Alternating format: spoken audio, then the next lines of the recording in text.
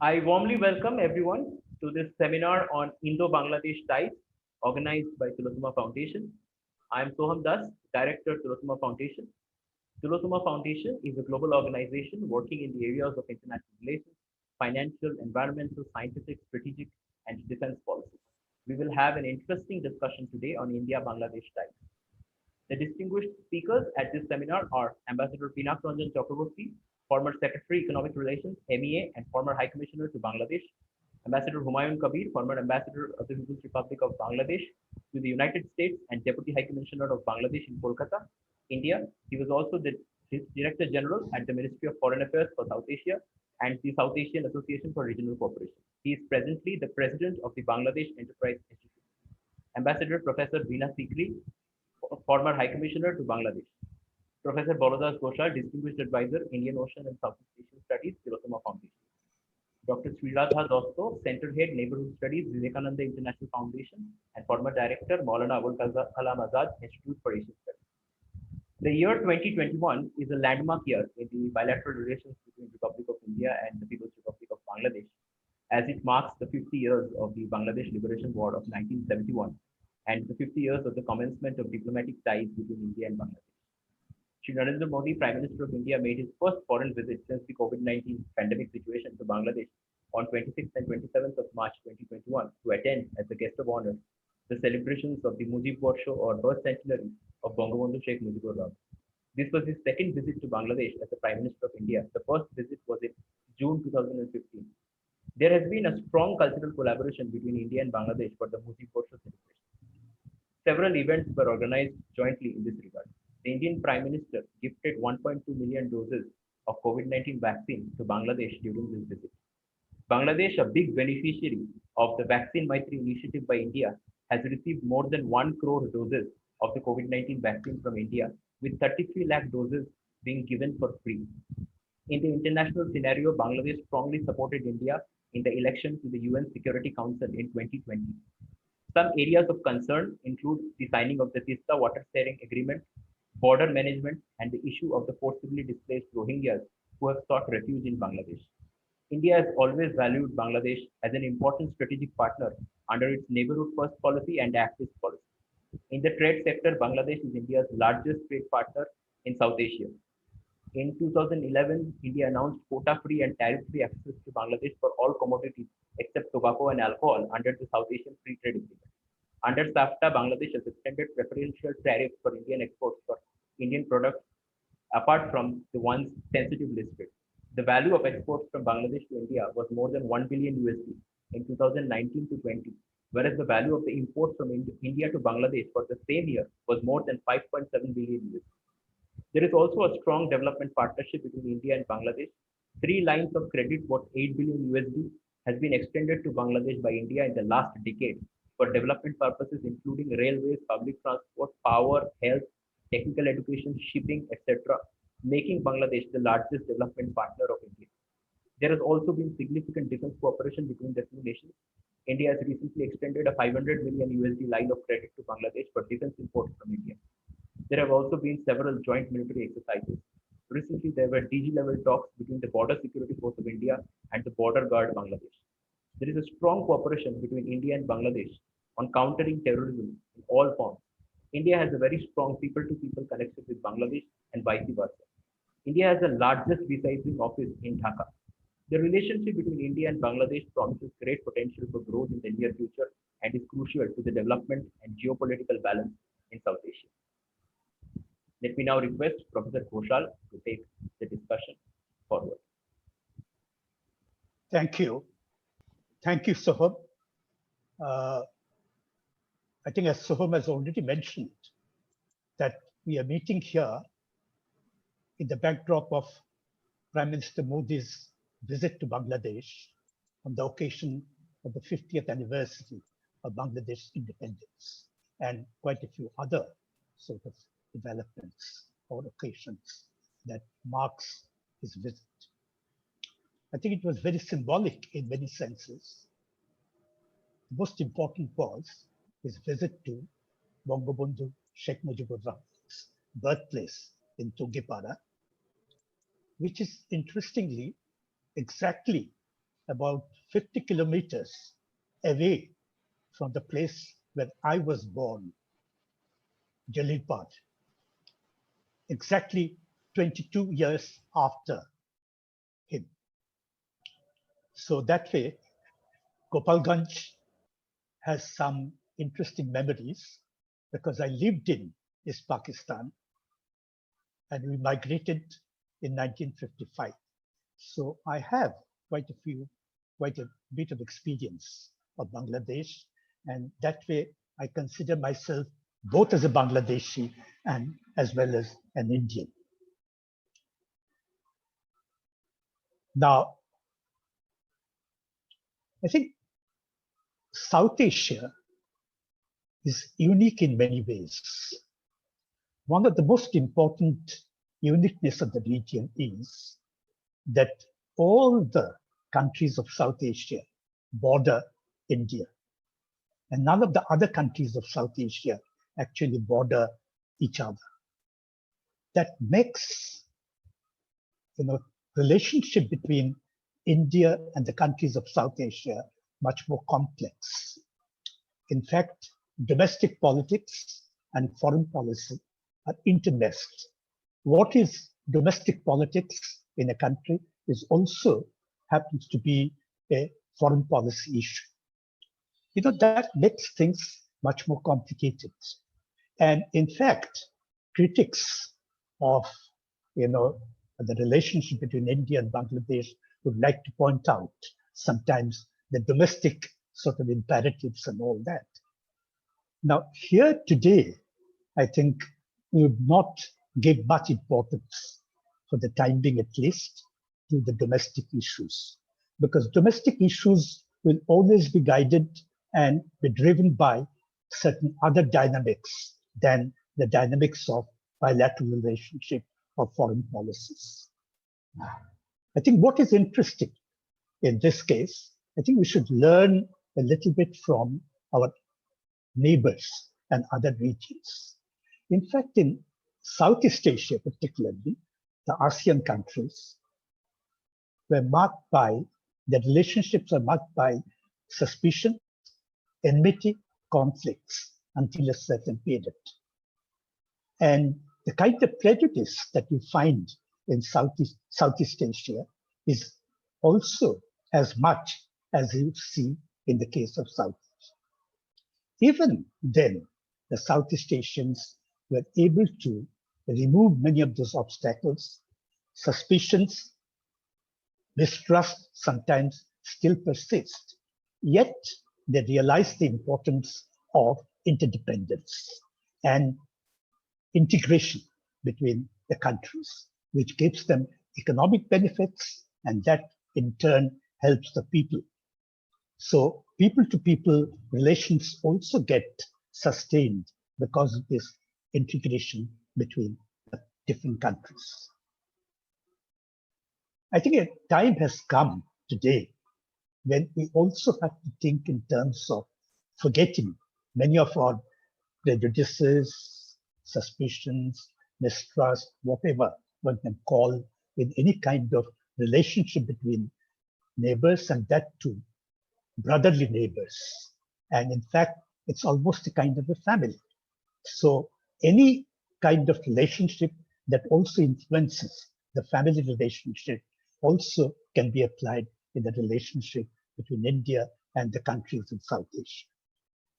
As I mentioned, that time has come when I think people from both the countries realize that our destiny lies in integration, lies in friendship, lies in going forward, not looking backwards. And in fact, the two articles recently, one in Bangladesh and one in India, in fact, exemplify this particular feeling, how the relationship could go forward. I think Mustafizur Rahman from Center for Policy Dialogue in Dhaka writes in one of the recent articles, he says, Bangladesh strongly feels that by leveraging closer ties with India, the rising powerhouse and driving force of the 21st century that is being touted as the Asian century, it will be able to ensure strengthened regional and global integration of our economy, and deepening of ties with India is perceived to be a critically important cornerstone of this strategy. From India, Harsh Pant, another strategic thinker, writes in Hindustan Times, Dhaka's centrality to India's regional outlook is key not only for India realizing its own interests, but also for larger regional imperatives. If India has become more ambitious in defining its priorities in the eastern frontier, Bangladesh is more confident than ever in leveraging these opportunities to its advantage. So there are feelings in both the countries that the relationship have to be taken forward, not backward. In fact, Modi, in one of its op-ed, he actually talked about Sonali Adhyay, the golden period in the relationship that he envisages. Leaders always envisage such things, but how that has to be implemented, that's the question. I don't think there's a lack of vision, but what is lacking is actually implementation of many of these visions.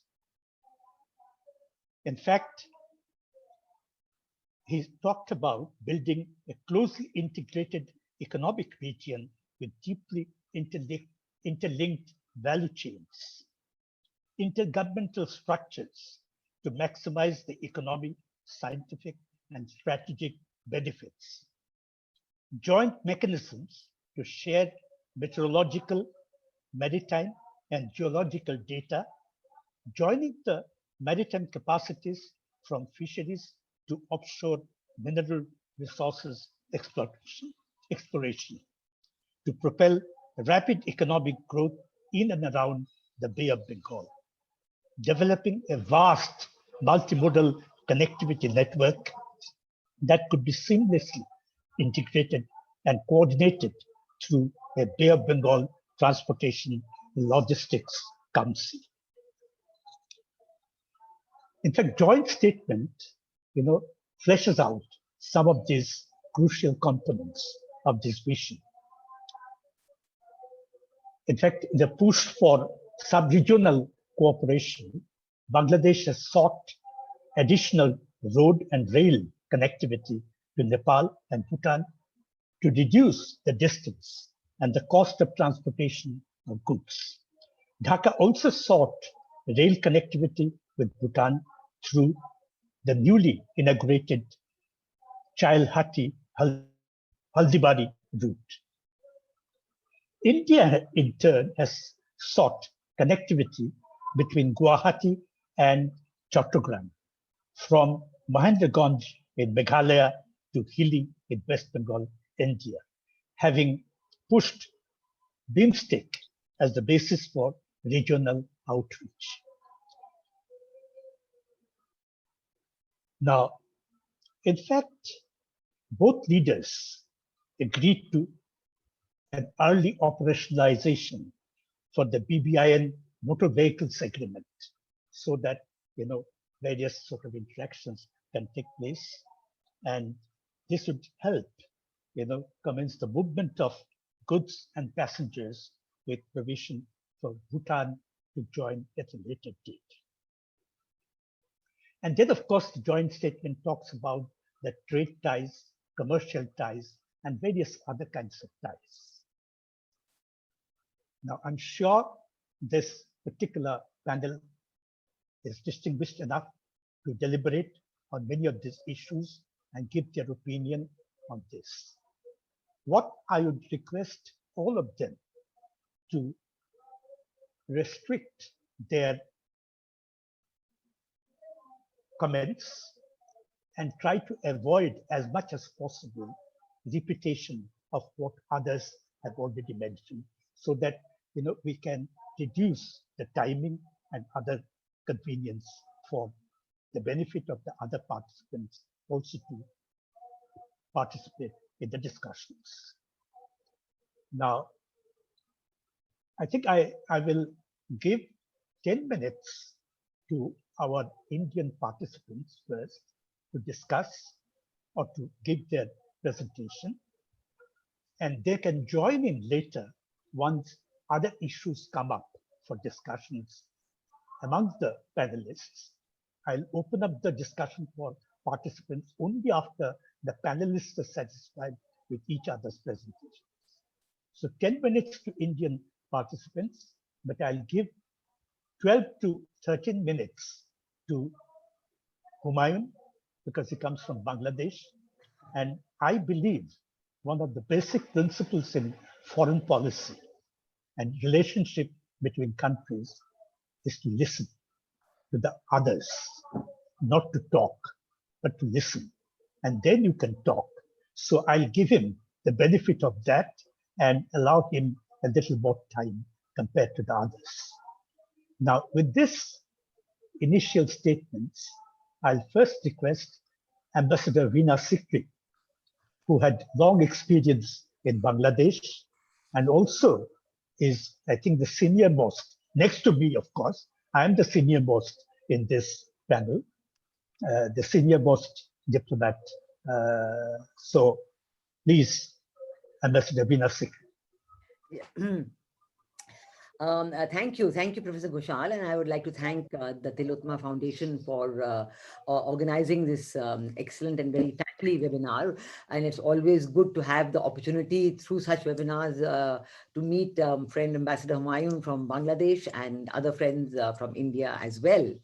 I really do think that Prime Minister Narendra Modi's visit to Bangladesh has been absolutely, I would say, at the end of March, it has been a very, very substantive visit. It's a very significant visit. It is a milestone visit. I'd like to look at it in two contexts, actually, when we focus on the visit and talk about the outcome of the visit. One is the symbolism of the visit, and the other is the substance of the visit.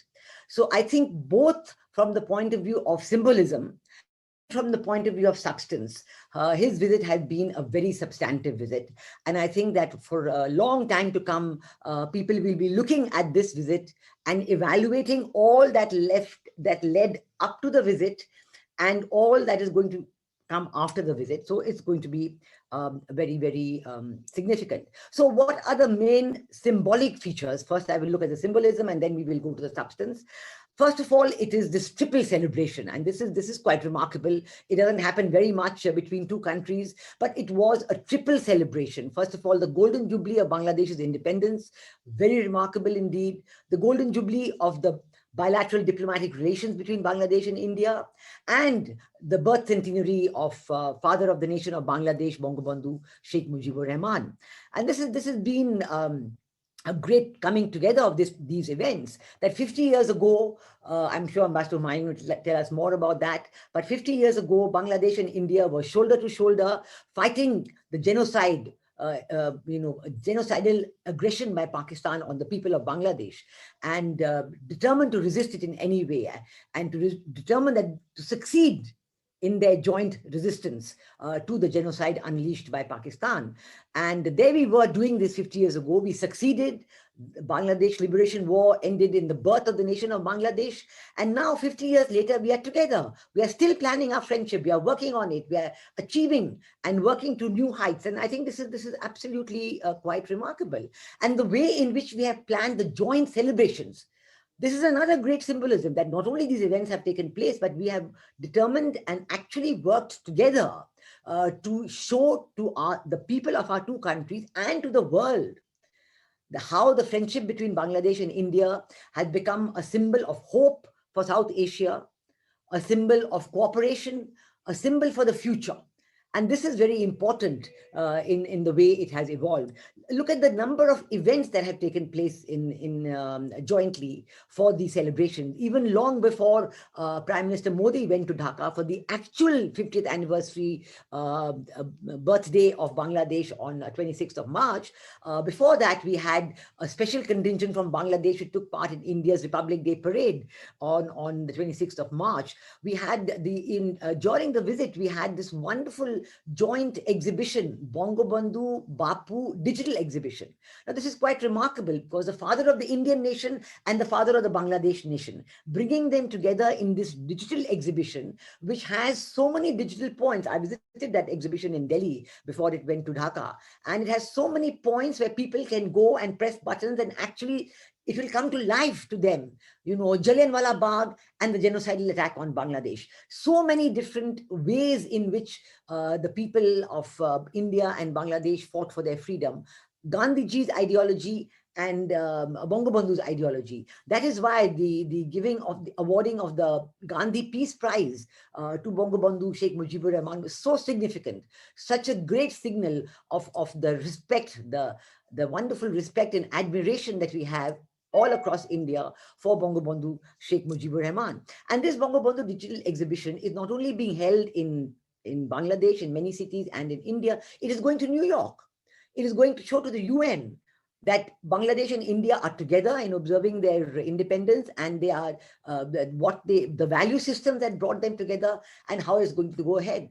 And Bangladesh and India are observing the celebrations jointly in 19 selected countries. So all this is bringing this great, great importance of the friendship of Bangladesh and India. There's a film on Bongo Bandhu's life being made by Shyam Benegal, the well-known Indian director Shyam Benegal. And this has already started shooting and soon it'll be released. It's a feature film. He's a great film director and it'll be a great success.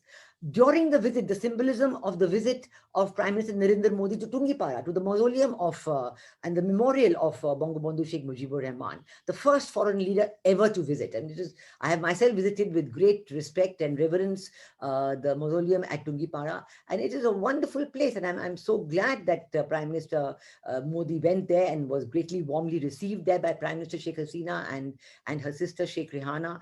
So all these have contributed in such a great way to the friendship between India and Bangladesh, and showed how we are carrying it forward. Now, building on all of this, when we come to the substance of what has been achieved in the last 50 years and what has been achieved during the visit, I think we have to first mark the fact, and the very important fact, that the friendship between India and Bangladesh has developed on three basic principles: mutual respect, mutual trust, and mutual benefit. And this has been the three pillars in the way in which every project, every plan of bringing the people of Bangladesh and India together has kept this in mind, that this is how we are going to do it, and this is where the success of the cooperation can be seen. If you just take the issue of connectivity, this issue of connectivity has been talked about for decades. Even when I was there in Bangladesh 15 years ago, it was absolutely, the hot button item. And of course, we all know that when we talk of connectivity, we are talking of restoring links which were torn asunder in 1965 after the India-Pakistan war. So and before 1965, these links have existed for millennia. They have never been stopped. I mean, the movement of people, whether by road or by rail or by water, has always taken place by water and road before the railways came, of course. And this has been the mainstay of the Bangladesh-India cooperation through the ages, has been this connectivity. But in 1965, after the India-Pakistan war, the then government of West Pakistan stopped all this connectivity and really tried to break the people-to-people interaction between Bangladesh and India. And over the years, we have worked very hard to bring it back. And today, I must say that it's very heartwarming to see that the people of Bangladesh, led by Prime Minister Sheikh Hasina, warmly welcome these links of connectivity, because it is of the greatest mutual benefit for Bangladesh and for India. And in fact, today, these restored connectivity links are becoming the basis, the foundation for sub-regional and regional cooperation within this region. If I can just mention BBIN, Bangladesh, Bhutan, India, Nepal, and the connectivity in this area, the rail connectivity, the water connectivity, the road connectivity. So Nepal can now trade with Bangladesh through India, and they can send their goods through India into Bangladesh and right to Mongla port or Chittagong port or wherever else they want to export. Similarly for Bhutan.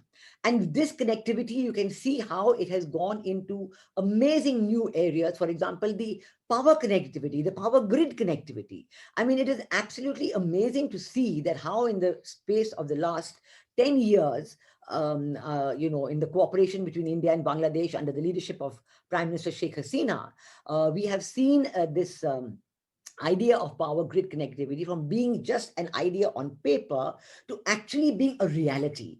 And in the last 5-6 years, with the excellent rapport between Prime Minister Sheikh Hasina and Prime Minister Modi, we have seen it actually being implemented. And whether it is in Khulna, whether it is in with Tripura, this connectivity has become real. And we, whether it's the Palatana output or whether it is the other plants in West Bengal, we are seeing the reality that Bangladesh and India exchange power many times a day, in different days, in different portions, in different amounts. And it has contributed greatly to Bangladesh's self-sufficiency in power, which is absolutely remarkable. Just look at the inauguration of the Maitri Setu. The Maitri Setu, the friendship bridge between India and Bangladesh. It is a small bridge of, I think, just about 2 kilometers over the river Feni, but it brings the port of Chittagong just 80 kilometers from northeast. Earlier on, there was no way in which goods from Chittagong port could have reached the northeast in such short time. But today, they come to Chittagong port, they get onto a Bangladesh truck, they come to Maitri Setu, and they are in the northeast, and they can go anywhere in the northeast. So this connectivity is very important for the northeast states of India, and certainly for Bangladesh, because it gives access to the northeast markets. It gives access to the markets of Northeast India to the people of Bangladesh. And many Bangladesh companies are already benefiting from this access and from this very valuable cooperation. We have seen that the river cooperation between river movement, the new river movement between India and Bangladesh, container trucks are going. Bangladesh goods are being exported for the first time to India by the river route, which, as we know, is the cheapest and the most environmentally friendly route. So why don't we use it? As it's really quite remarkable that these routes have remained underutilized all these years. And certainly the trade between India and Bangladesh will go up tremendously in this period with this thing. The cooperation in BIMSTEC will greatly benefit from this connectivity. And Bangladesh government has requested India to join the India-Myanmar-Thailand trilateral highway so that Bangladesh can access Southeast Asia. So Bangladesh can then, through the connectivity projects, whether it is BBIN or BIMSTEC or others, they can participate in the sub-regional cooperation within South Asia and with the BIMSTEC cooperation and the access to Southeast Asia as well. So this will give a great boost to Bangladesh exports. We have, in the substance, you've seen the outcome of the more than $8 billion credit lines that India has given to Bangladesh. The good part is that I think the credit lines are very valuable and very huge, but I'm glad that so much of it is being implemented. And that is the important part, that this time the credit lines have not remained on paper. I remember when I was in Bangladesh and we were looking at the very first, I think it was $1 billion way back. And the biggest struggle at that time was to get them implemented, and you chose a project, it went to the Indian government, it went to the Bangladesh government, back and forth.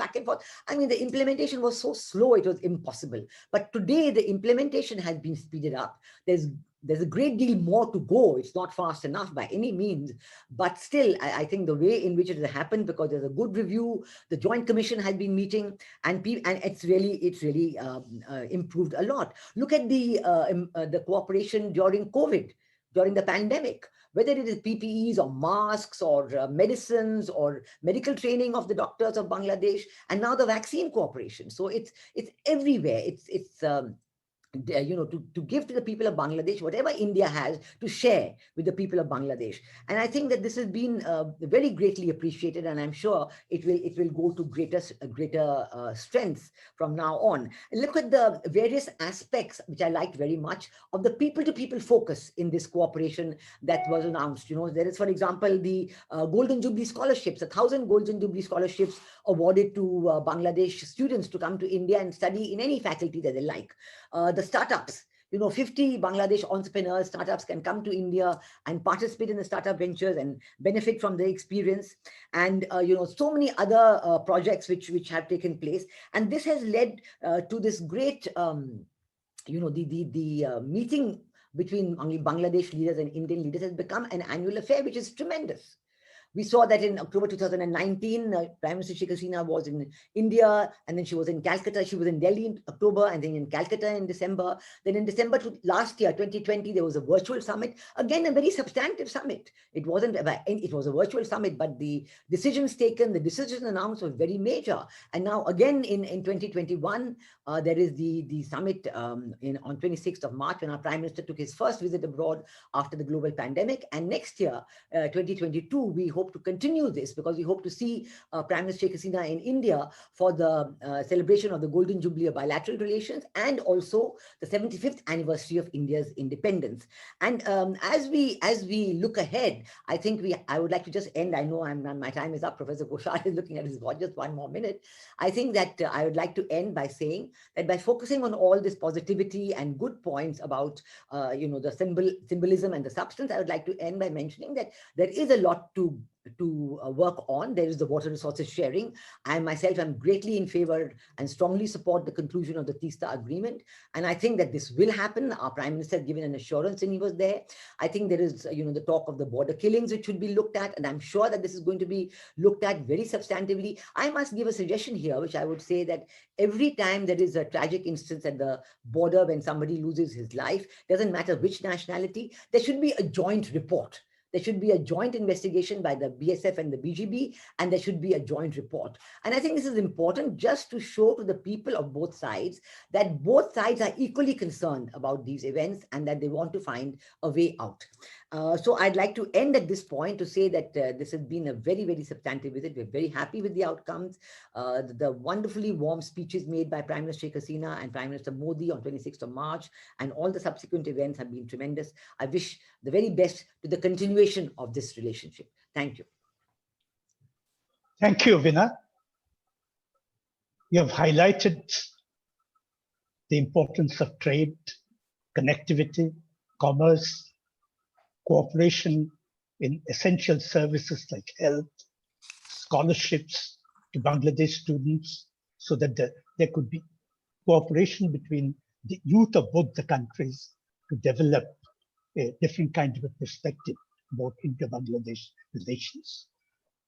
Now, I think it is up to Ambassador Humayun Kabir to elaborate from the Bangladesh perspective on many of these issues that have come up so far in the discussion. Humayun. Thank you very much. I would begin by thanking the Tillotoma Foundation and also like to congratulate Soham, who is the director there, for hosting such an interesting discussion, and also like to express my gratitude to Professor Baladas Ghoshal, who happens to be my long friend and acquaintance, for inviting me to join here today at the discussion. Since I'm the only one from Bangladesh, so let me bring in the Bangladeshi perspective. I think both Baladas Ghoshal and Veena mentioned about Bangladesh-India relationship.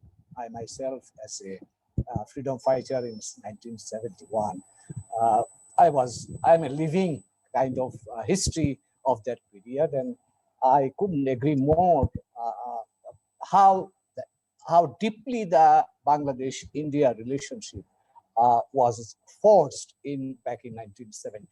And I always advocate the issue that there are four elements or four major pillars on which the relationship actually stood up or was built up. The first one was between the two governments, the Indian government and the Indian Bangladesh provisional government. So they worked together and pioneered the success of our struggle against the Pakistani occupation forces. And then also at the same time, there was an excellent relationship, solid relationship between the people of two countries. And I must acknowledge the fact, or I think it is, I can with great pride and satisfaction remember that the people of India was so warm, so welcome, so accommodating. And they received the people of Bangladesh, those who went there as refugees, as freedom fighters, and anybody who went there. So for us, at that point, I mean, these four elements aligned themselves so well. And perhaps that was one of the reasons where I think from Bangladeshi side, for us, it's something, a very big achievement, because we are fighting for our right. We are fighting for a cause, and we are fighting for our justice, and we are fighting for our independence. So our fight could succeed because our Indian friends stood by us through thick and thin. So at this time when we are celebrating the 50th anniversary of our independence, as both of you have mentioned in your remarks, I think it is a time to express our gratitude to our Indian friends for their support and also the sacrifice they have made along with us for achieving that noble objective of our independence in 1971. And I think we have moved a long way since then. Last 50 years, Indo-Bangladesh relationship, like we are neighbors. It is a unique relationship, forged in blood. We say that quite frequently. And it is unique, but at the same time, also you have to acknowledge that it is dynamic as well, because it has moved from the beginning to even 50 years when we have met.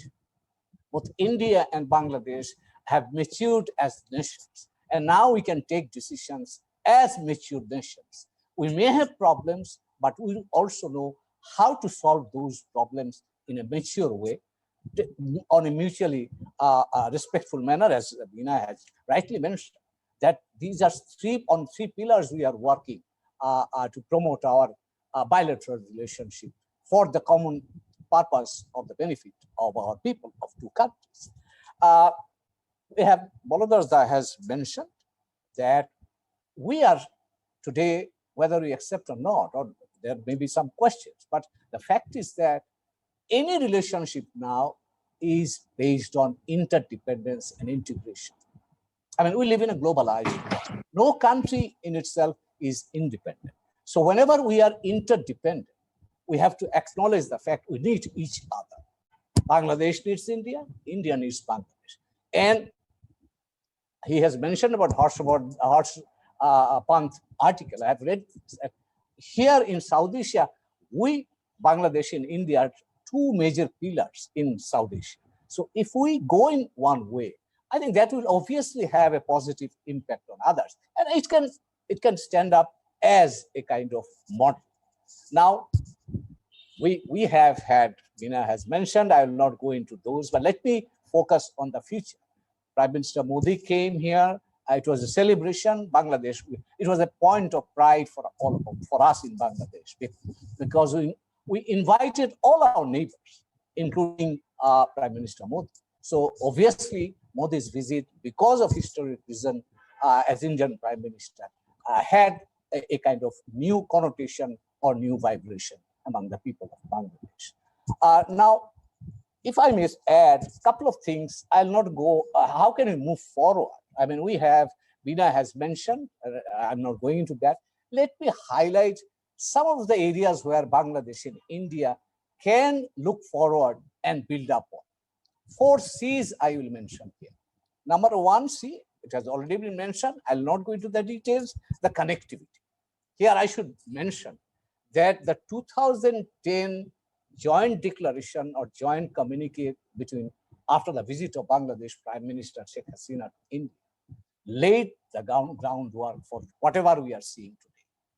And there Bangladesh took the initiative to open up itself to regional connectivity.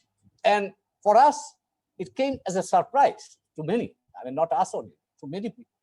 And from there on, Bangladesh offered to allow Nepal, Bhutan, India to use sports, Mongla, and Chittagong. And as a result of that, based on that, actually, the sub-regional cooperation or BBIN concept grew up subsequently of connecting these four countries, I mean, Nepal, Bhutan, India, and Bangladesh. So, and just to build up on that, Prime Minister has also mentioned that Bangladesh believes in open regionalism. It means that we are not only connected or want to get connected to India. We are ready to open Bangladesh to the entire region and even beyond. And that open connectivity is the source. And that's why Bangladesh has offered to open its seaports or for connecting to Sri Lanka. Now offering Bhutan to use Soedpur Airport, offering northeastern states to use Sylhet and Chittagong airports. So Bangladesh is a great believer that connectivity should not only be concentrated in one or two countries, it should be open, and all regional countries are welcome to participate in this process. And here, that is one, I would say, the element that should be understood, that from our side, Bangladesh is open for business, for everybody, for all our neighbors. So that's point number one. Point number two, Bangladesh also believes that in order to promote our common interest, we also need to use our common resources. And that could be river waters, that could be ocean, Bay of Bengal, Indian Ocean, that could be other things such as climate, for example. So all these things should be integrated and a part of our collective interest, collective focus, and collective cultivation, perhaps. Why I'm saying this? Because for Bangladesh, we see rivers, the common rivers that we have with India and with Nepal and with even China. Brahmaputra is flowing from there. For us, this is not only sharing of waters. It is about dealing with the climate issue now as well. Because if we cannot manage the waters in the right proportion, then we'll be affected negatively from the seawater. So it is connected. The water issue is not only about the sharing, it is also about dealing with the challenge of climate crisis that is coming up. And for our common interest, we should maintain the climate balance of the Himalayas. And that also requires cooperation of all the countries within the region and perhaps beyond the region, for example. So we, as Bangladesh, we believe that here is a scope. And here, as mentioned, I think Baladas has mentioned that utilization of Bay of Bengal, utilization of the Indian Ocean, Bangladesh is ready to participate in that kind of project. And I think already Bangladesh and India are working. And we believe that this area, it has huge potential. And that potential has to be explored for peaceful purposes, for the common benefit of the people of both the countries. And Bangladesh is always ready to participate in that kind of process. And here, again, we are open. We are with the BRI, we are with the IPS. So for us, as long as it serves the economic interest of all the countries, as long as these assets could be used to fight the common challenges, Bangladesh should be ready to participate or contribute to that process. The third area where I think we need to work on, or the third C, in my view, is the collective collaborative partnership. This is one of the problems. In South Asia, we know our history. All of us had mentioned about the Southeast Asian history. We know what we have, and we have to build up to overcome that shortcomings or overcome those challenges. So here, I think we need to join hands collaboratively to fight our common enemies, such as poverty. Bangladesh and India are working together, but I think we need to devote more energy, more attention to fight this, because still today, South Asia has the largest people under poverty in the world. So we have a huge problem. In Bangladesh, we have 1/4 of our population still under poverty, and India, still almost 1 billion people are under poverty. So we have to work together and fight that common enemy. We know that we are in a kind of turmoil. The aspirations, the delivery gap between delivery and aspirations can create challenges, and we are seeing the extremist radical ideas are also emerging and challenging the established order occasionally. So there, I think we can cooperate, and in fact, security cooperation between Bangladesh and India has been a hallmark of our relationship during the last 10, 12 years' time. So, and I think that has been mutually beneficial. And we believe that there are still areas where we can continue to work together for mutual benefit. And that benefit should serve the interest of the common people. Another common problem that we are having, the unemployment. The youth population is growing in this part of the world, and we don't know how to employ them. So Bangladesh and India can learn from each other. If you have a better example, we can learn. If we have, India can learn. And that's how we can create a situation where we can create a positive example for whole of South Asia. And if we can create that, then we can sell this good idea before the new generation. And we have to understand new generation are highly aspirational, highly dynamic, and they need something very different than what we have been preaching earlier or what we have been practicing earlier. So these are the common collaborative framework on which perhaps we have been working, Bangladesh and India, but I think it is time also that we have a fresh look at this area and try to explore new grounds on a collaborative fashion, not in an adversarial fashion, or not bringing in the adversity into that kind of relationship. The last C that I would like to highlight and I have finished here is the common aspirations. We have to understand that every country is unique.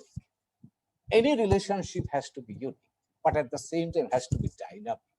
I mean, Bangladesh is changing, India is changing, Nepal is changing, all countries are changing. Now, in the changing context, we have to understand how to redesign our relationship on the basis of mutuality, partnership, interdependence, sustainability, and at the end, I should say, ownership by the people. Because 1971 has taught us when people are together, any relationship can achieve or overcome any challenge. I think 71 has taught us many lessons, and 50 years down the line, perhaps we can learn one or two from there and move for the next 50 years. So from Bangladesh side, we look forward with a great degree of optimism about the future for whole of South Asia, where Bangladesh and India can show the way. Thank you so much. Thank you, Humayun. In fact, you mentioned about your role in Mukti Yuddha in 71. And obviously, I mean, that was more as a direct role. But let me also mention that I also did a little bit of some contribution to that struggle in 71. Interestingly, Ramesh Thapar, who was the editor of Seminar, he asked Shishir Gupta, who was professor of JNU at that time and later on a diplomat, to prepare a documentation on Bangladesh's alienation and their aspirations for a separate nationhood. Myself and Shishir Gupta brought out a 70-page documentation I did. He wrote the introduction and a special issue of Seminar on Bangladesh struggle. And in fact, the Ministry of External Affairs 2 volume of Bangladesh documents were inspired by our documentation. And the second role, in fact, Mrs. Gandhi was very reluctant initially to intervene in the case of Bangladesh. And we, some of the activists in Delhi, we took a major procession to her house in order to press her demands for Indian intervention in Bangladesh and help the Bangladeshis to achieve the independence. And I led that procession. And in fact, Navabharat Times, printed a whole page photograph of mine in that. I forget the month and date at that time, but I did. And then I had to house quite a few of Bangladeshi refugees in my hostel room in Satru House. 10 of them in small room were living at that time. Anyway, that's aside. Now I think I'll shift to Pinak Chakravarty, who also had been India's ambassador to Bangladesh, High Commissioner to Bangladesh, and had also dealt with that country for a long period of time. Now to Pinak. Thank you very much for having me here in this discussion. I don't know where to begin. I think Veena and Humayun have sort of exhausted all that has had to be said. So it's very difficult to repeat, and you warned all of us that not to repeat anything. So as you, Professor Ghoshal, began with just mentioned a personal anecdote about leading a march to Mrs. Gandhi's place, etc. And you are right, actually. I mean, if I may just make a comment that she was initially reluctant because she didn't want to get sucked into another sort of a conflict at a time when I think India was facing far many more challenges than it is today.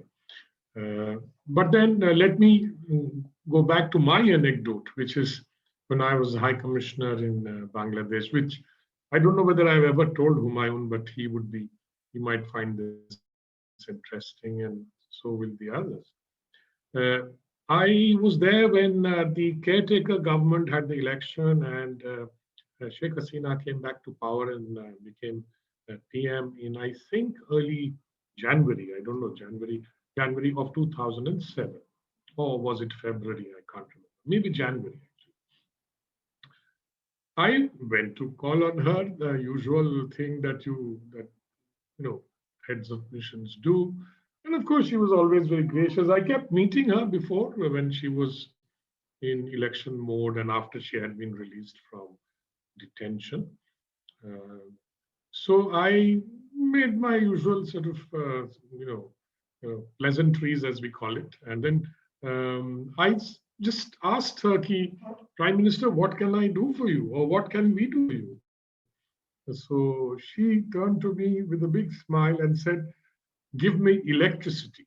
So, I was quite a little taken aback that, of course, we were living through power cuts and stuff like that. And everybody knew that there was a shortage of electricity. But the way she said it got me thinking very, very hard. And so I went back and thought it through and consulted people and then proposed to Delhi that, let's have a meeting on this, etc. Anyway, to cut a long story short, it so happened that we signed an MOU with Bangladesh to explore grid connectivity soon after that. And that is how today you have grid connectivity between India and Bangladesh. Of course, it began in the eastern border between Berhampur and what is the other place in West Bengal, that Berhampur, I think, in West Bengal.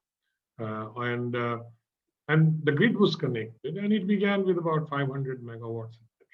Anyway, and now we have a grid connectivity in the eastern section as well. And we offered power from the Palatana power plant, which, of course, Bangladesh facilitated by allowing the transit of these huge turbines that would have taken months to go by road. So it was shipped by barges to Akhauda, and then we actually built a road from Akhauda to Agartala to take these turbines.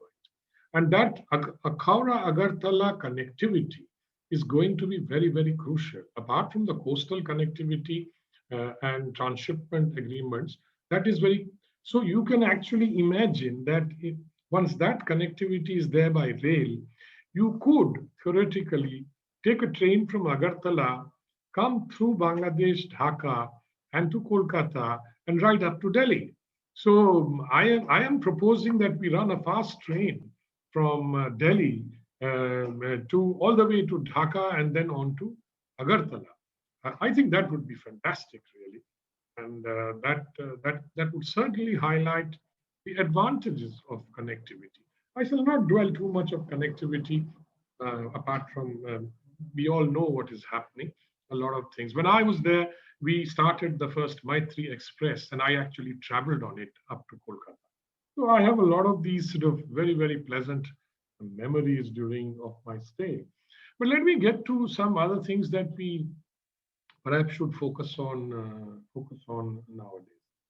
The fact is that the supply chains that we all want to become part of must take off first regionally before it can become global, regional, further go beyond the region and go global. I think this is a very important factor, and I think Bangladesh has taken some very key steps, like setting up special economic zones, two of them reserved for Indian companies. Imagine that Indian companies start producing in Bangladesh small things, whatever people want, all over, maybe consumer items of small nature, and they can then, from there, export to the rest of India, because it will be, for example, maybe easier for transporting to the northeast and to the regions around to the west of Bangladesh, the states. And that would also add up to Bangladesh's exports to India. And so I think that is a very important factor. Exports, I'm happy to note, have gone up to over $1 billion after all the concessions that were given through duty-free and quota-free, etc. And Bangladesh too has also been very, very sort of accommodating in terms of Indian requests. Cyber connectivity, for example, between Cox's Bazar and Agartala will provide faster internet services in the northeast. I think these kind of connectivities should be explored, particularly in the digital domain, and the cyberspace domain cooperation must be intensified.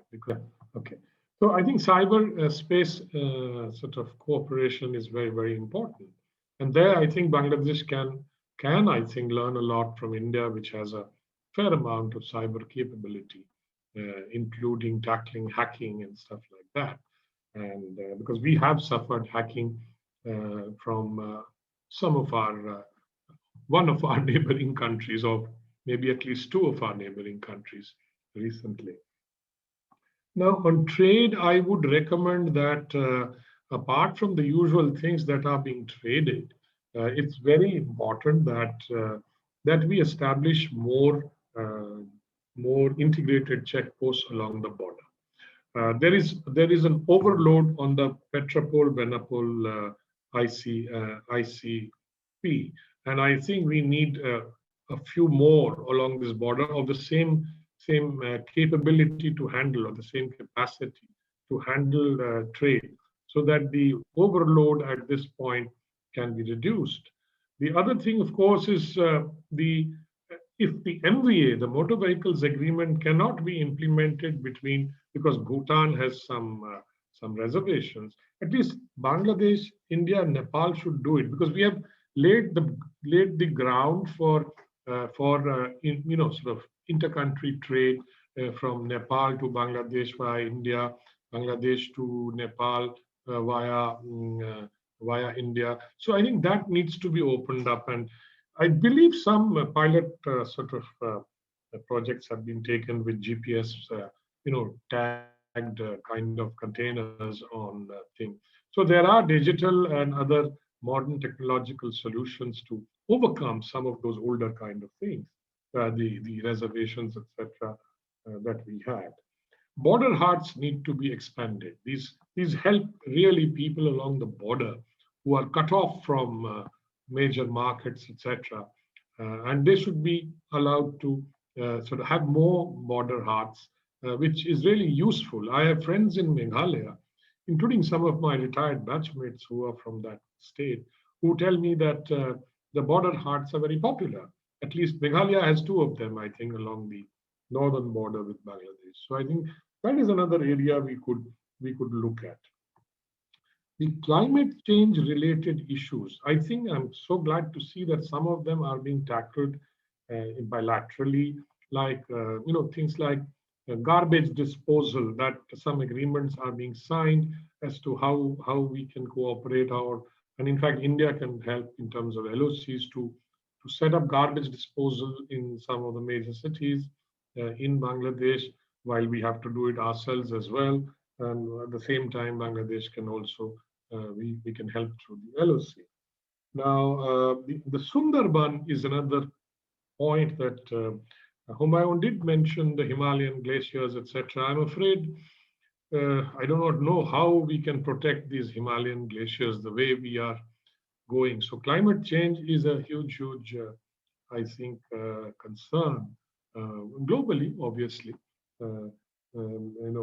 Mr. Kerry, the American climate change sort of special envoy, was in Delhi recently, and there have been talks. So let's hope something new will come up. Bangladesh can also benefit from the renewable energy sort of expertise that India has developed. India is one of the largest renewable energy countries in producing countries in the world. Of course, that there are problems. There's a shortage of land in Bangladesh. So about the solar sort of kind of networks that we can set up, solar plants that we can set up. The one more thing I must sort of talk about here, because in a spirit of frankness, is what happened during PM Modi's visit, the agitations that were taking place. I do believe that PM Modi was not the real factor. I believe that this was generated by other issues as well, which were more domestic and internal. I also believe that there may have been some instigation from some interested foreign quarters. This is what I think has happened.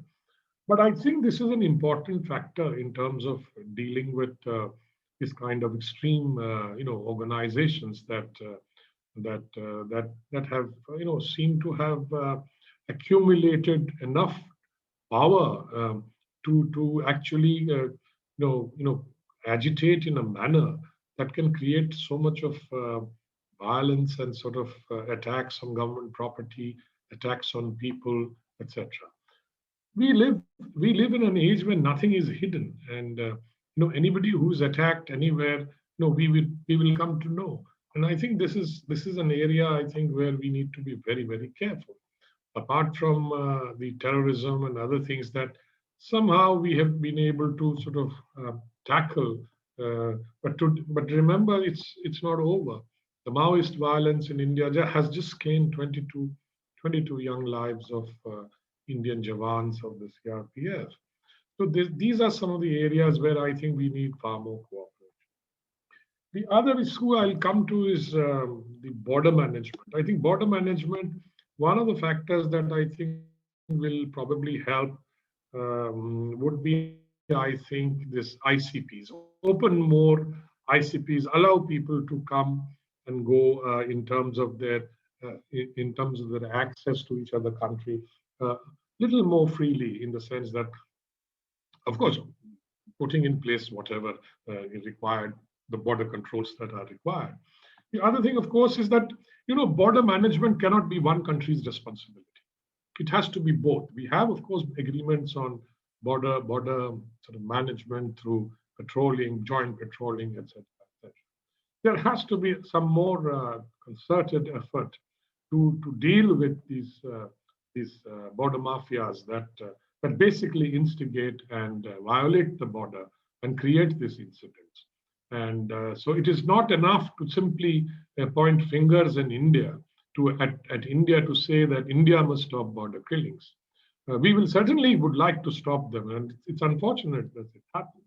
But there has to be some appropriate and commensurate action on the other side to prevent these people from going through the border with whatever smuggling and other activities that they do. I am a strong believer in actually regulating the cattle trade somehow, but this is beyond a bureaucratic or even diplomatic solutions, because it has a dimension that we unfortunately cannot, which has gone into politics and others, and which we unfortunately cannot wish away. It's part of that politics also. So I think these are some of the things that on the cultural side, I do believe that we are doing reasonably okay within the resources that we have. Lots of, I think people are coming and going for cultural and other events. So that is a strong connect, and it will continue. And I think it will continue even beyond the government sort of domain and the help that the governments tend to do. I know that Professor Ghoshal has suddenly reappeared. His video is on. So I do believe that he wants me to stop. So I shall do so now and may join the discussion later. Thank you very much. Thank you. I think after 3 practitioners, it is now left to a clinical analyst, a scholar like Sreeradha, to look into the contours of emerging India-Bangladesh relations.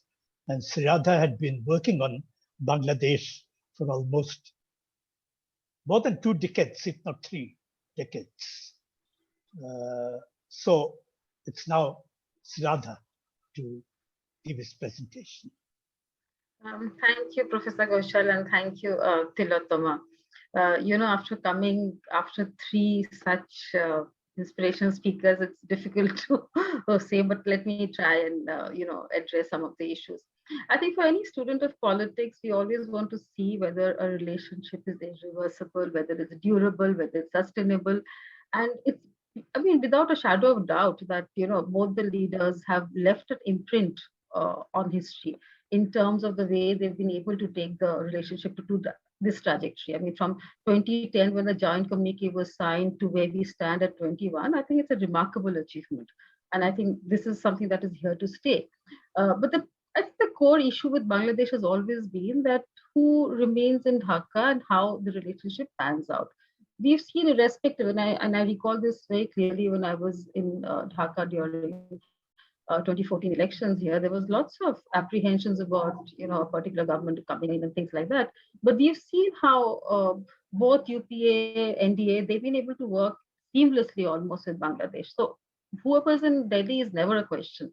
It's always been a question as to who is in Dhaka and how they're able to work. And we've not had a very good, history, I would say. And of course, things changed when 2008 December, Sheikh Hasina was ushered in, and the whole gamut took over or something. So right now, as we stand here, we see that we've never had, I think this is a golden phase that we are experiencing, the government to government. But somehow, there is some kind of, dissonance in some context in about the people to people connect. And I would say this even when relationship within the government wasn't so good, state to state wasn't so good, the people connect seems somehow more healthier. And I don't know why. And of course, I know that India would say that we, issuing the highest number of visas, and look at the number of people coming. Yes, I know about medical tourism. I know about shopping tourism, but there is still a disconnect. And while there has been a bit reference to Hafazat violence, I'm just saying that, why we don't need to make too much of it. But I think it's a messaging. What has happened. There may be other quarters playing, and there'll always be other quarters who are always going to try and find that gap. I think, it's going to be, we have to understand that. Also at the same time, it's unrealistic to imagine that there will be no outstanding issues between two neighbors who, share the largest of land borders and also maritime. So there are going to be outstanding issues. But the point here is when often it is perceived that these outstanding issues are something core. And I'm referring here, there's much been discussed about water, about Tista, and how we need to change the narrative. But if I was to look at it from a Bangladeshi's point of view, I would say for them, their core issue vis-a-vis India will always be water. But at the same time, while they also understand the center-state issue, the Tista, but I think we've not, on both sides, not made a kind of a concentrated effort to take the narrative beyond. Instead of discussing constantly cubics of water and flow during dry seasons, we need to get into water management issues, water basin issues. And I don't think there's been enough effort. And while I know the government to government, as I'm saying, has done fabulously well, unfortunately, I would actually say the track to issues have actually gone on the margins. In fact, in the decade before this, there were several track to issues which I would actually trash out many of the issues which are often not possible for the government or the leaders to address or to talk openly about, which institutes and think tankers and people like us, students of the subject, are able to do. So that's something which has not happened, and I know that noticeably. I mean, there is a lack of a track to engagement on both sides, maybe because things are fine, but that doesn't mean that there are no easy issues here. And the main thing, I mean, while of course this is completely a milestone year for the 50 years of celebration, there's so much, and I think it's unique. I mean, there's no need to reinforce the fact, but we also need to remember that there is a new generation which may not be equally enthused with this past history emotions. We need to look at that. And I think that's true for both Bangladeshis, and the fact that whenever we go, of course, it's been a year since I've been there, my interaction with the Bangladeshi students across, and this is not only Dhaka University, I'm talking about other universities beyond Dhaka, beyond other places, it's a very different, emotions, different thoughts. And it's a fact that everybody looks up to India. India is very aspirational. There is no two ways about that. But the expectations there, the wishes from India is so much more. And I've seen there is that kind of a disconnect which is happening, and we need to address that. So I think we need to focus. I mean, history is very well. I mean, this whole emotion about this year, about the 50 years is of course there. I mean, this is not to undermine any of that. But I'm saying a relationship has to take the younger generation into consideration on both sides. And we need to see what works. And I think economics works really. And, for them, they understand that, a better life, a better way forward. I mean, history is not going to hold them. I mean, while many older generation Bangladesh will be able to, kind of ignore certain other outstanding issues, thinking of the role India played and the kind of support India, the younger generation looks at India differently. They have a different equation, or they have a kind of a different perception about India. And I think we need to factor that when we discuss the future generation. Something again, just before we went into pandemic, one of the commerce institutes here in Delhi, we were discussing, and there was a study that was somebody present, and I was commenting on that. We saw that Indian investment was spreading everywhere, from Latin America to different parts of Africa, but there's very little Indian investment actually going to Bangladesh. And this is despite the 10, 12 years of intensive effort. Yes, economic zones are being designed, but even today, there is something about the fact that Indian investors, until unless they're pushed by the government, and the government can do up to a point, somebody has to take over beyond that. And I think no relationship can last when only the government is pushing it. It has to take on beyond. The other commercial enterprises have to be there. The entrepreneurs have to come in. And Bangladesh is, again, a magical story of fabulous, successful entrepreneurs. Surprisingly, even on a study that I've been doing with VIF on the regional value chain, I think the point that Pinak touched upon, despite the fact of Northeast being opened up, and I know in the past, Pran had actually tried to invest in the Northeast in Tripura, but subsequently now that they've been again, we've opened up that a couple of years ago, there is very little investments coming in, even from Bangladesh into the Northeast. And, regional value chains, we discussed a lot of agro products, we discussed horticulture, we discussed a lot of other products that's possible to build, including textile. In fact, Bangladesh, Sri Lanka and India, we had got some scholars on board, and we were discussing how it's possible, because we would actually have a monopoly on textile then, if we were able to get this together. All of us are supplying to Marks and Spencer. I'm just giving you a way of example. But why is it that we are not able to leverage that? I mean, I'm just saying that we need to discuss these kind of issues. And, of course, so much good is happening. There is no denying any of that. But there are a lot of other things that we need to do. And I'll come back to the point again Pinakda made. And I think my book on the Acties, the recent book that in my Acties, talks about the border, heart and the border management. Yes, border killing is a fact of life which has happened. And again, I think Mrs. Sikri talked about the fact that why are the two countries together not making a, common. There isn't. I mean, in fact, my journalist friends on the borders tell me that actually, because you are saying that our border, Indian border forces are not using lethal weapons, they've been instructed not to use lethal uh, instruments there. The smugglers and this whole thing about border killings, actually smugglers on both sides. They have actually taken the lever, used that gap and using these levers. And it's not about whether it's a Bangladeshi or an Indian. But the point is that if you look at Bangladeshi newspapers, I mean, pretty regularly on a weekly basis, you'll find some killings being noted, and these are facts, and they're not making up stories. Unfortunately, in India, very little reportage takes place over this matter. I mean, we can say with a large country, we have many preoccupations and all of that, but we are somehow not paying attention, and it doesn't matter. Even if it's one death, irrespective of who's national, it's something that we need to. Again, despite the fact that you'll see there are many instruments in place, they keep meeting, there's lots of conversation on, but why is this something as heinous as this we are not able to address? I mean, for two friendly neighbors who've been able to, I mean, this whole trajectory the two leaders have taken from bilateral to being I mean, I think, an example in the region that we've been able to take this and move into a regional space, a sub-regional space. Of course, BBI and we are still in conversation. Bhutan moved out. They are now redrawing the agreement. And first, it was, of course, going to be both cargo and people's movement. Now it's again being cargo. There's, of course, a lethargy on that. I mean, why is it that an agreement takes that long to be drawn up?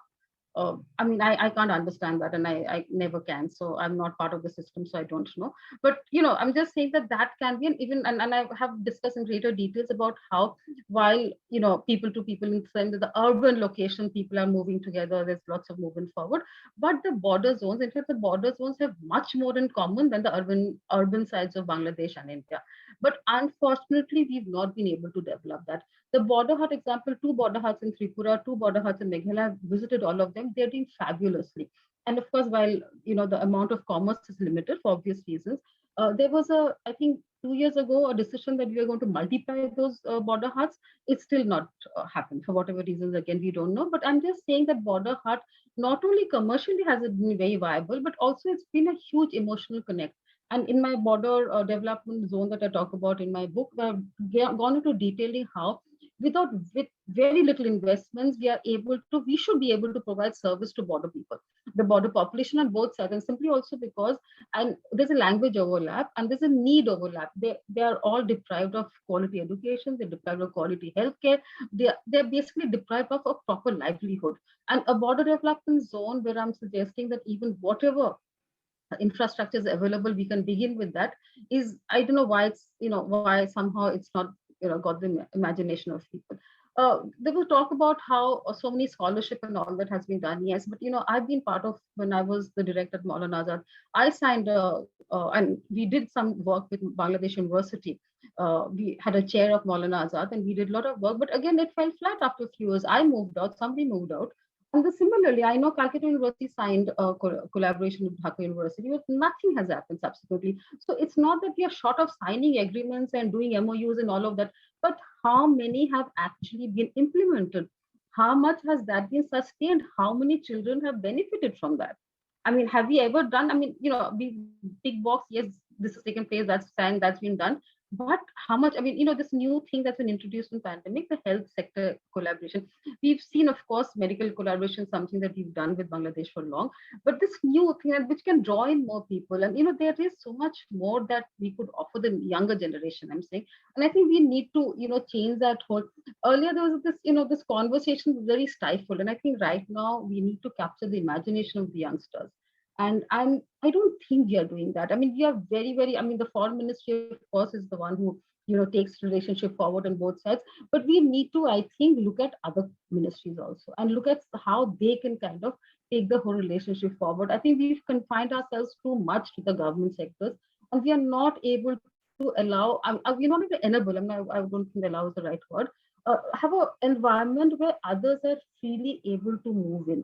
And I think that is when I would say that India, Bangladesh will be sustainable, when it is not top down, when the governments are pushing the exercise, the relationship, all that. Governments will be there to actually provide you that sustenance, but it has to have a dynamic which takes on. And as we sit here, I think, and I once again reiterate that India Bangladesh has never seen some relationship which is better than this. It's really the golden phase, but we need to sustain this golden phase by looking at several gap areas, and I think that's something that we need to focus on. And this is not the scope, and I think I'm still in a celebratory mode. All of us are, but I would just say that I would be a little cautious about the optimism that we are all talking about. We need to have a realistic ground check. And let's not forget, all of us get into elections in another 2 years' time or so. I mean, that's another reality we have to face. And I don't think the past can be replicated again. Thank you very much. Thank you. I think two issues that Sreeradha had highlighted are very important. One, of course, is in relation to the water resources. I think the talk is more on sharing of waters, but not much on how to develop water resources, water management, and all that. I think the technological aspect is very important. And I think both the governments must devote a lot of time in terms of devising some ways how the water resources could be managed and how they could be developed more effectively in order for the two countries to share it. The second point that Sreeradha had highlighted is the role of the youth. I think that's a very, very significant part of it, because, we have to look towards the younger generation, because they are going to be the real leaders another 5 to 10 years' time.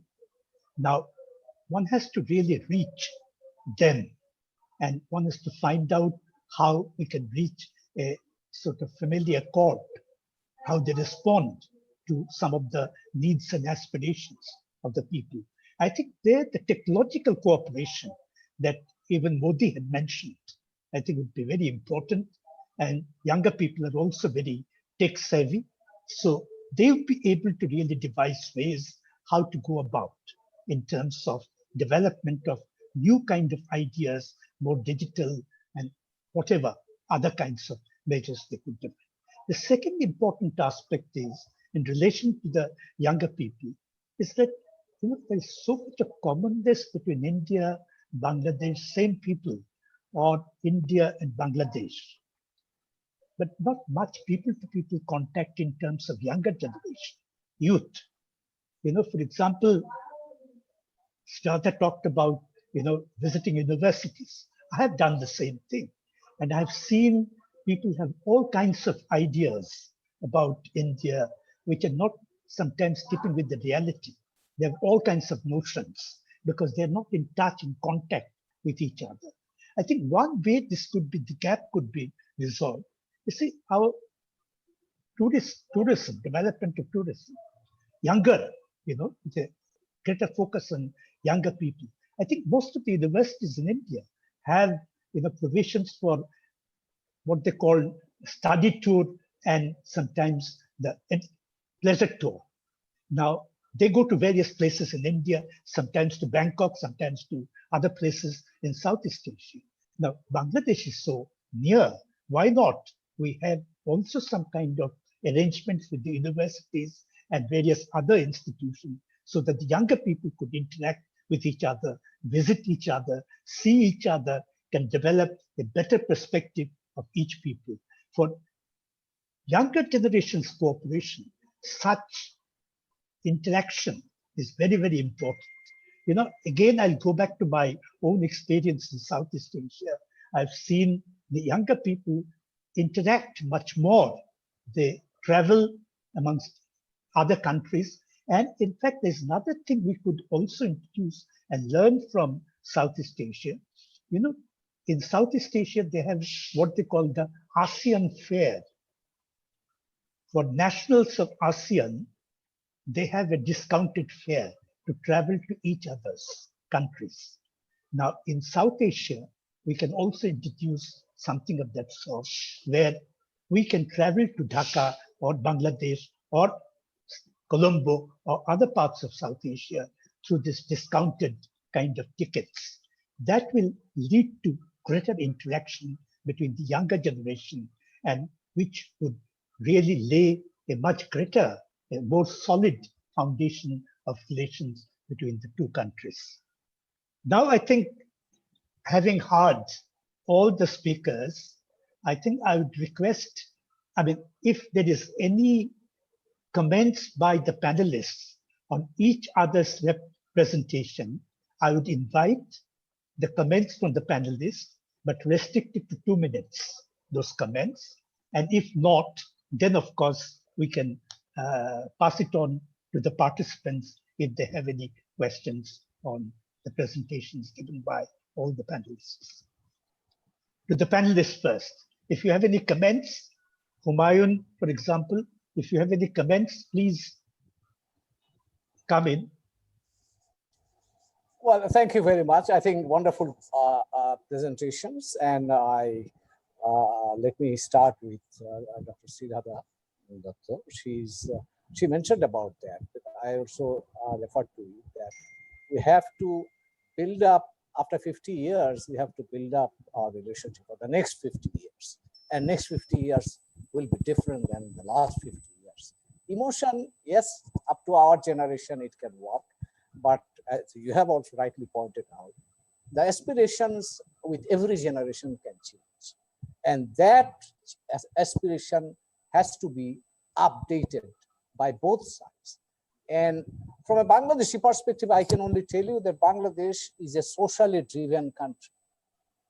And that I am saying from my experience at the grassroots level back in 1971.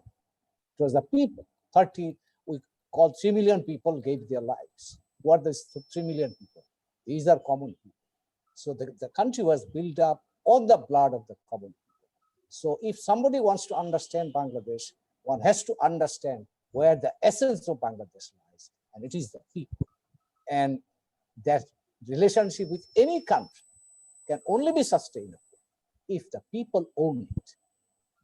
Then we can take it forward. And as I said, we understand India's importance to Bangladesh. We are neighbors. We have multidimensional interactions. But I hope that India should also understand what is our aspirations. And aspirations, as I said, changes with generations. So as we have done 50 years, so far so good, but there are many issues. We have to, again, I would conclude by going back to what Sreeradha has said, what Pinak has said. We are talking about the energy cooperation. Bangladesh looks beyond the buying of electricity from India. We are trying to build up the electricity grid involving Nepal and Bhutan. And we believe that that is not only electricity cooperation, but that can also be a sustainable source of renewable energy. Right. So we can build up or kill 2 birds by 1 shot. So we have to think creatively so that it is beneficial for all of South Asia. Unless people are benefited, whatever we can decide as bureaucrats, as policymakers, that may not survive or sustain. Thank you. So I think a sense that you had really emphasized that everyone has to be a stakeholder in the development of India-Bangladesh relations, and both sides, it should not be based on giving and taking. It should be based on actual sharing with each other's experience as well as their efforts, so that there is a certain element of equality and commonality between the two. Okay, now either Ambassador Veena Sikri or Pinak Chakravarty, if you have any comments, 2 minutes to each. May I come in? Yeah, please. Okay, I have just very short points to make. One is about, we have an impressive array of, of issues that we need to take up. We need to do, you mentioned, Sreeradha mentioned, people-to-people contact, getting students, professors, lecturers to travel, discounted tickets, etc. Let me be a little bit realistic here, that where will the resources come from? And the resources generally in these two countries are expected to be provided by the government. the governments will provide resources, but within the restraining and the demands of other things that they have, national demands. So it is not that any government, either Bangladesh or India, is going to open up the coffers, in such a generous manner that we can do all these things. It will have to be sort of step-by-step approach. It will have to be what we basically are doing today, spreading the resources pretty thin. But I don't know whether some grant element in the LOC, which can be used for these kind of exchanges. That is just a thought that I'm going to leave you with. The other thing, of course, is that energy grid cooperation, the BBIN is already connected in terms of energy grids. And Humayun said that we should be all stakeholders, and we should, in fact, the hydropower next few projects, I believe it's going to be BBIN projects rather than just India, doing it bilaterally with Nepal and Bhutan, which we are doing in any case. But I think a BBIN project is essential, because these 4 countries can then be actual stakeholders and committed. But they have to also, in my view, put up the money, whatever share it has to be, so that the stakeholder commitment is also fundamental in terms of providing resources. So these are the 2 points I wanted to make. Thank you. Now, you want to come in for a short? Well, actually, I think that the comments were very comprehensive, and I really enjoyed listening to all the presentations that were made. I think that one of the aspects I think we should look at is this more intensive youth interactions. Definitely, I think that's critical, but I think it should be focused. The point is, we have a lot of projects for the youth. For example, there's the Golden Jubilee scholarships, 1,000 scholarships coming in, and many other coming in.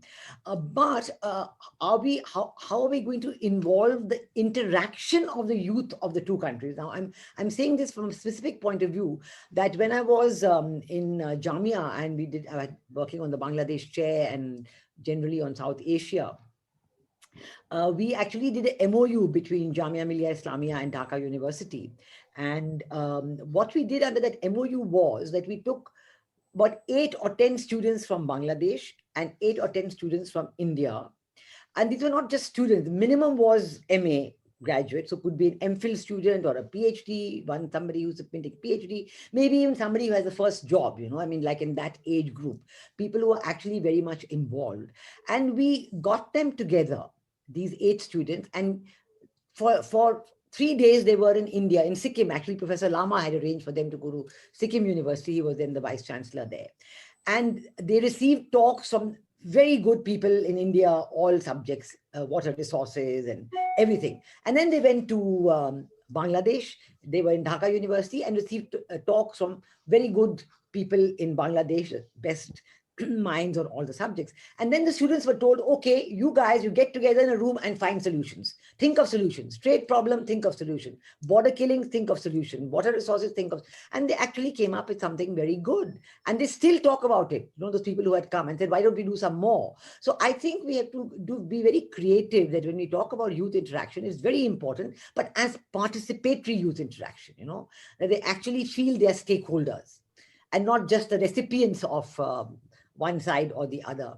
I agree with Sreeradha. There's been a somewhat lack of track 2 interaction. Maybe it's because of COVID, but I think we should, work on that a little more, maybe after the visit and in the build up to the visit of next year. Maybe if the COVID travel restrictions are eased, we can do that, but maybe we can have some more just, webinars and so on. But we have to work on that, because as we have seen, as Ambassador Humayun also mentioned, that there are issues that are perceived by one side or the other, and it's important to have those discussed and not to make it seem that we are avoiding a discussion on those. It's not that at all. On water resources, there's no effort at all to avoid a discussion.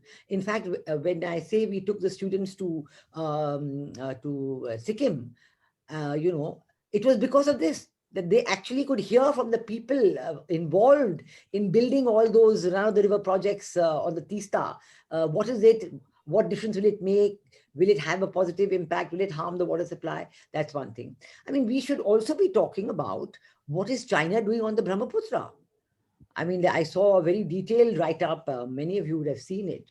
I saw a very detailed write-up that they had their meeting of the National Conference and the National Congress, and the plan has been published for the next 5 years. And that shows what they want to do on the Brahmaputra, what they're actually planning to build on the Brahmaputra. How many projects, how many power plants, diverting the waters to the north, all that. So I think, this is a very, very important issue, and India and Bangladesh should be looking at it together, because it's going to be affecting both the countries. This is one aspect where instead of India and Bangladesh arguing with each other on water resources, we should be, looking at how this can affect us. So there are many, many areas in the follow-up that we can look at. And even if they're sensitive areas, it's worthy to have discussions. And we should think of that. But maybe Professor Ghoshal can plan some interactions to follow up on what we had done earlier. Okay. Yeah. Hello, sir. Can you hear me? Yes. I'm Ishfaq from Bangladesh. Yes. I've been watching this from the very beginning, and now the video is not coming. But anyway, I'm an ex-Air Force officer, and I have been very much interested in this India-Bangladesh relation, and participated in a number of seminars.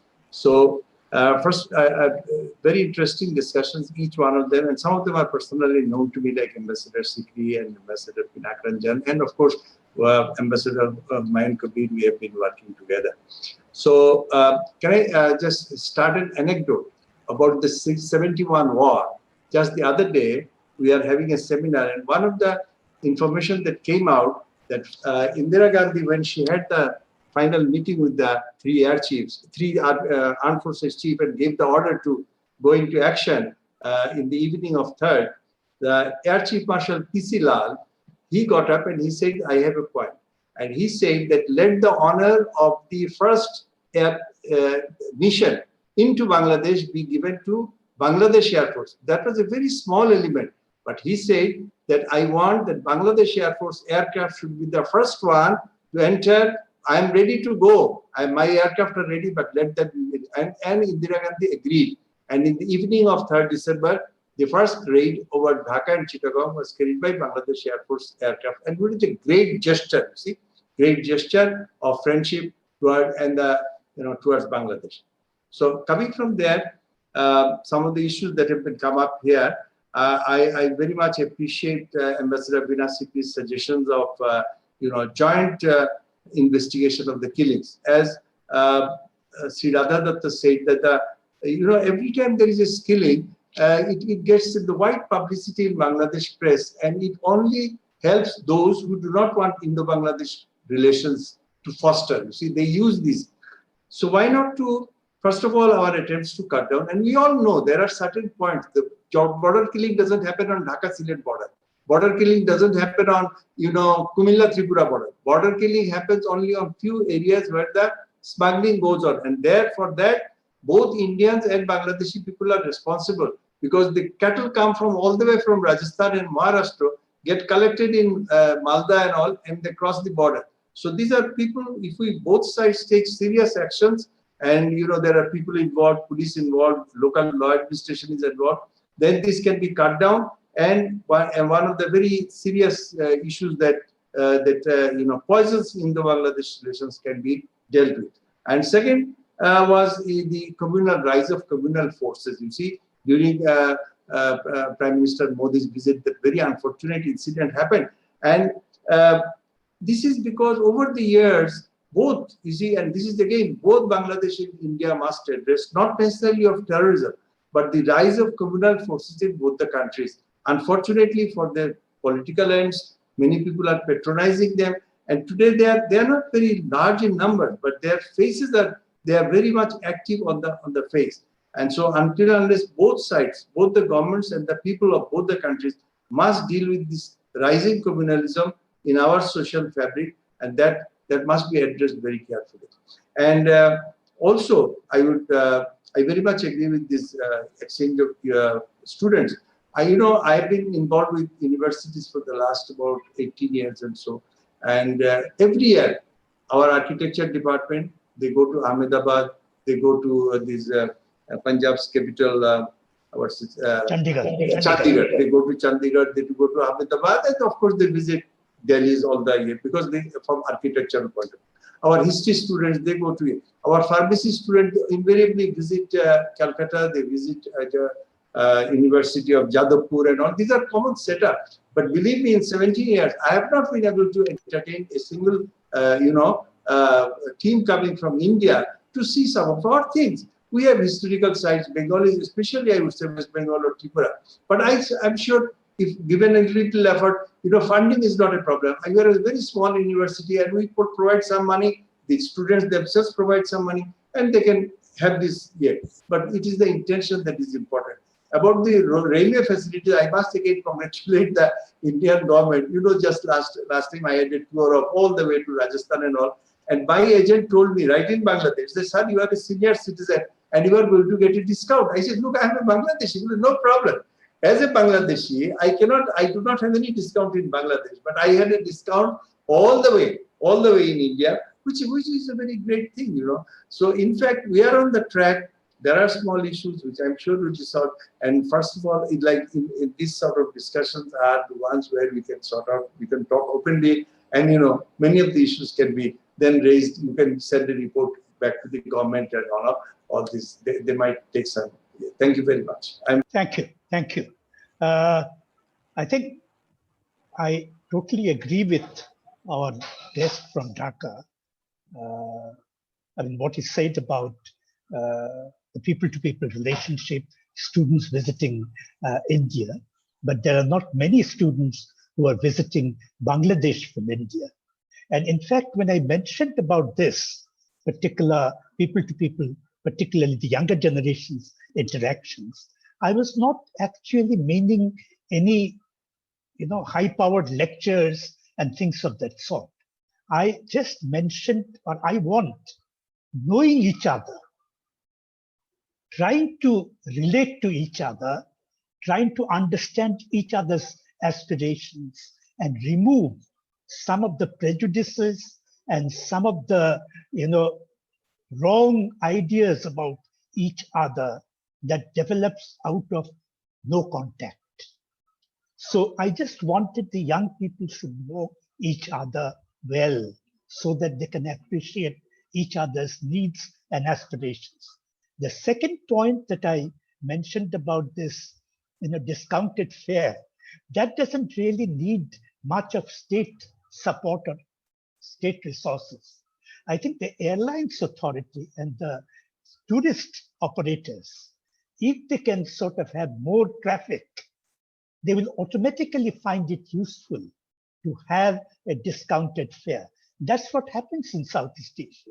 The government doesn't really support any of those things. The third point, I think it had been a very successful kind of a webinar and discussions because nobody repeated what others have said. Each one had their own opinion. And the second success in this webinar, nobody mentioned about China. Every discussion on India, Bangladesh, India, Sri Lanka, people tend to talk about China. Or because they always think that, the relationship is always a zero-sum game. One's gain is others' loss. It is not. Each have their own dynamics. And that's why I think this discussion had been extremely successful, that we did not touch issues that unnecessarily creates obstacles. The third important statement that I'll make, which may sound very controversial, the developmental aspect of a state. I call Bangladesh today a developmental state. not so much worried about democracy, popular sort of, accountability and things of that sort, development. And in fact, they have been, I'm open to correction on this point. I think Bangladesh is imitating the ASEAN tigers, focus more on development, trying to provide, better life, trying to keep the aspirations of the younger people. And that's how it has graduated itself from a least developed country into a developing country. And some of the indices of development have improved tremendously. To a certain extent, Modi's state is also, Indian state is also under Prime Minister Modi, at least focuses on development. Whether implementation takes place or not, that's a different aspect, because India is a messy democracy. And that's why taking decisions are very difficult, implementing them even more difficult. So I think the presence of a development state led by Hasina and another state, Modi, also representing, or at least accepting development as the primary focus of a state activity, is a good omen for better cooperation between India and Bangladesh. I think with that, I'll bring an end to this particular webinar and thank all of you profusely for contributing a great deal to the enrichment of ideas that can take India-Bangladesh relations forward in the coming decade. Thank you.